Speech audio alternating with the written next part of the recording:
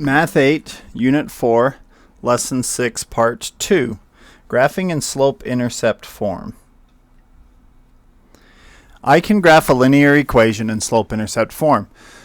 First, you should understand that there are two intercepts. You've got the x-intercept and the y-intercept. If you've got a line drawn on a graph, that line will sometimes cross the axes. If it crosses the y-axis, that's called the y-intercept. If it crosses the x-axis, that's called the x-intercept. So A is the x-intercept, A comma 0 is the location where it crosses, and B is the y-intercept, 0 comma B is the location where the y-intercept is on the graph. Slope-intercept form. There's three things about slope-intercept form that you should recognize. First, it's solved for y. Y is by itself. Once it's solved for y, the coefficient of the x term is the slope, and the constant term is the y-intercept. Now, when we go ahead and graph this, one of these, which we'll demonstrate several times in this video, step 1, you're going to determine the slope and the y-intercept. Think of slope as a fraction. So step 1, find slope and y-intercept. Step 2, you're going to plot the y-intercept. Now remember, on previous examples we did, we would start graphing at the origin. Well, we're going to not be starting at the origin unless b happens to be 0. Remember, what we discovered was that this b ends up pretty much being a translate up or down depending on what value it is. If it was 5, then you translate up 5. So instead of starting at 0, 0, you'd start at 0, 5. And then the third step is to use the slope to plot more points and then draw your line. Okay, looks like I already had some things done here. Let me erase a little bit here. So we're going to graph y equals negative 3x plus 3 and identify the x-intercept. This is just a after we're done thing. First, in order to graph, find the slope and y-intercept. Well, the slope here is the coefficient of negative 3x, which is negative 3.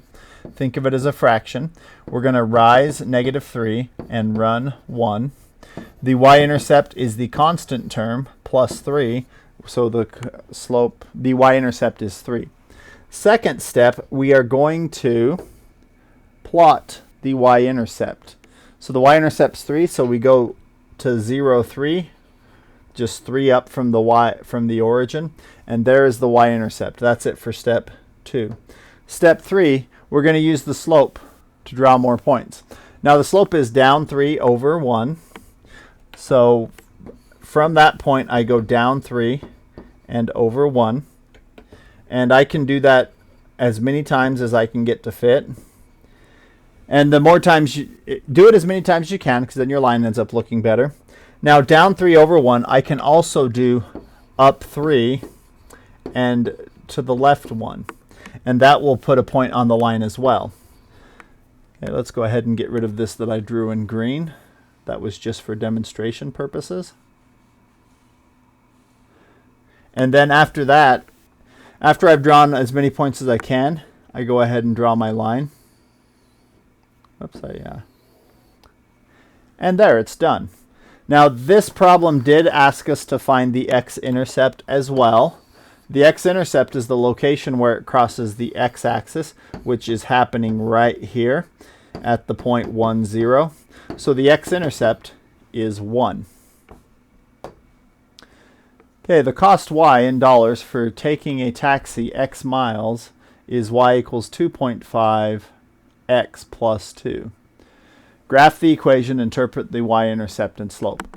So start by graphing. It does say that x is miles, so I'm going to write miles on the x-axis and go ahead and throw some numbers on here. I'll count by ones, but only label every other one by 2. That looks good. And then the y is cost in dollars, so I'm going to go ahead and label it cost, measured in dollars. And let's see, 2.5 is my slope. That's not too bad. I'll just count by ones, but label every other one, just like I did the other direction. Okay. Now, in order to graph it, we need to first identify slope and intercept. The slope is going to be 2.5. Thinking of that as a fraction, it's 2.5 over 1 or 5 over 2. And then the y-intercept, of course, is 2. So I start by going up 2 from the origin. And then my slope is up 2.5 over 1. So I can go up 2.5 and over 1. And then I go up 2.5 and over 1. Notice that's the same as going up 5 and over 2. And I can go up 5 over 2 again. Here's the up 2.5 over 1. I've done as many as will fit on the graph. I draw my picture, or my line, and that's done. The graphing is finished. It says to interpret the y-intercept and the slope. All right, the slope is 2.5. Now slope is a unit rate. This is 2.5. Y is dollars. It's dollars per mile.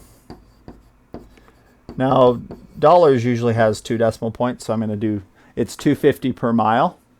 Now the y-intercept, let's see, this is a taxi, right? The y-intercept, 0, 2. This 0 is the number of miles, and this 2 is the number of dollars. So that means you are, for going 0 miles, it costs $2. Now, they don't charge you for going 0 miles. They charge you for getting into the cab. That's called a base fare. So the base fare is a F-A-R-E. Okay, the base fare is $2. Sometimes that's called flag drop. It's just no matter how far you go, you pay that rate, and then you also pay per mile on top of it. So the minimum charge in a cab would be $2. Okay, let's do another example. Y equals 2/3 x plus 3. Step 1, identify the slope and the y-intercept. The slope is 2/3. That's the coefficient of the x term. And the intercept is the constant term, 3.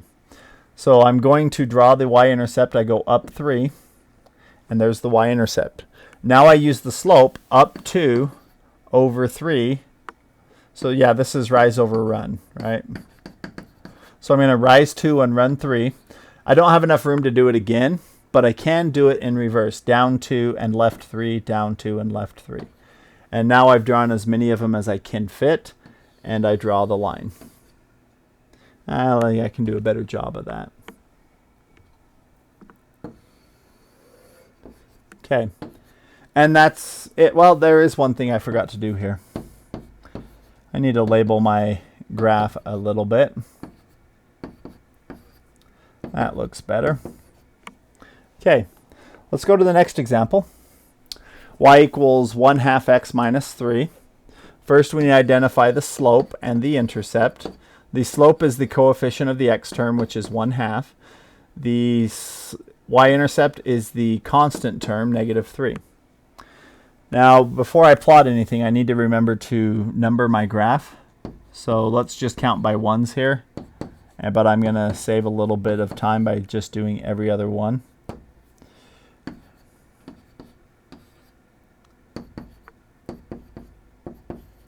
Okay, next I'm going to draw my y-intercept. My y-intercept is going down 3, and then my slope is 1/2. That means from that point I go up 1 over 2, and repeat, and repeat. And now I can't go any further in that direction, but I can go down 1, left 2, and I get this line here. This is the graph of the solutions for y equals 1/2 x minus 3. Oh, I just remembered something we should go back and do. Let's actually talk about the x-intercept. What's the x-intercept of this graph? Okay, the x-intercept would be right here where it crosses, which looks like -4 2/3. So the x-intercept here is -4 2/3, 0. Right here, the x-intercept would be right here, which is located at 6, 0. So the x-intercept is 6. Okay, so our next example. Graph y equals 4/5 x minus 3. Okay, first identify the slope and the intercept. The slope is going to be 4/5. The intercept's -3. Step 2, you're going to draw the y-intercept. The y-intercept's -3, so I plot the point at 0, -3. My slope is 4/5. I go up 4 and over 5.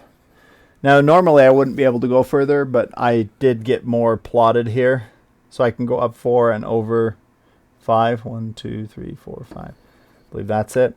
I can also go down 4 and back 5. Let's see if I can freehand this line all right. It's actually not the easiest thing to do,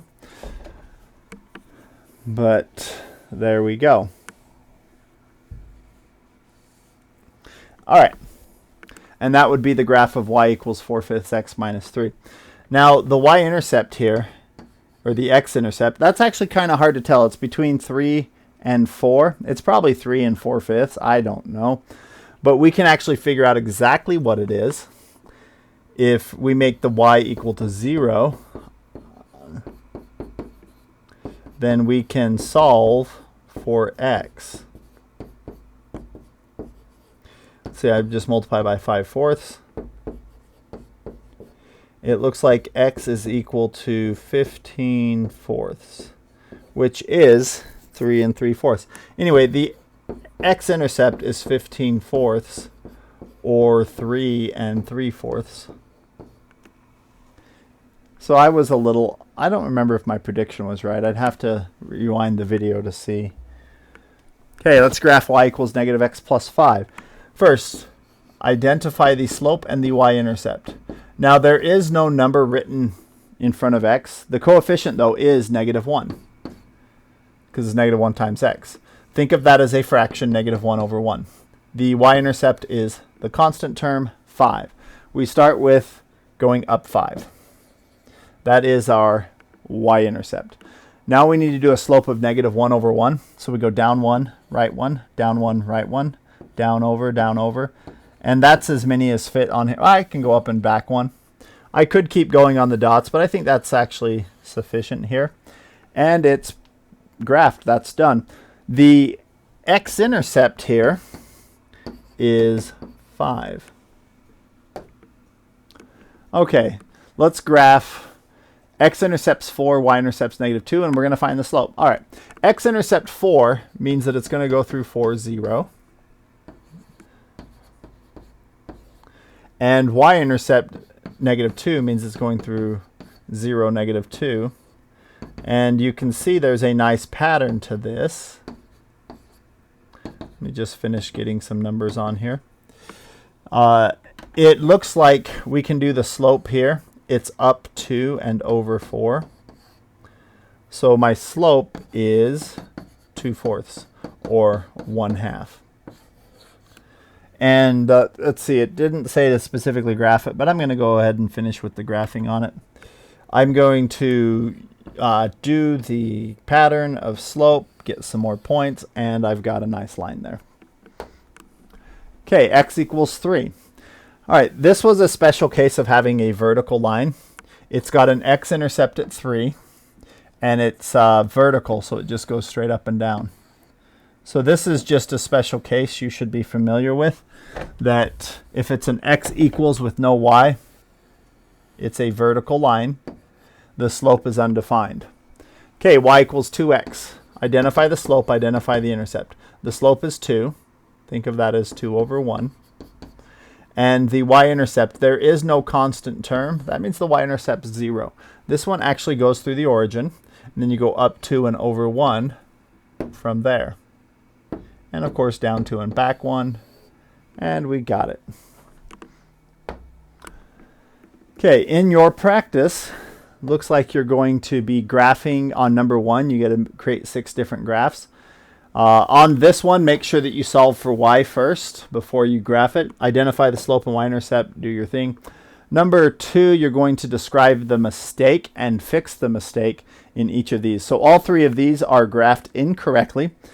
Describe what the error was and fix the mistake. Number 3, determine the measure of all 3 angles in the triangle. Okay, this is exterior angle theorem, back from unit 3. 4, find the volume of the prism. Remember from 7th grade that volume is base area times height. Number 5, you're going to solve. That's a unit 1 review, or it's a review from 7th grade solving as well. Number 6, determine the slope between those 2 points. Give the answer as a reduced fraction. Hint, the denominator is less than 25. So you're going to do your difference quotient. Fill the y's in on top, the x on bottom. It's going to have some nice numbers. Number 7 is about transformations and linear equations, and it's a matching one. Realize that y equals mx plus b does a translation of up b units. A here just shows m times negative x plus b as a flip across the y-axis, and that should make sense because back in unit 1, if we flipped across the y-axis, x changed to negative x, and that's exactly what happened here. X just changed to negative x. And then you need to match it up with which one it looks like. Which one looks like a flip across the y-axis? It sure looks like 3, doesn't it? And then number 8 is open-ended. Describe a real-life situation that can be modeled with the linear equation. Write the equation, interpret what the y-intercept and the slope mean. There was an example here earlier in the notes today about a taxi cab. You pay a certain amount to start, and then you pay per mile after that. So those are examples that could be used. Okay.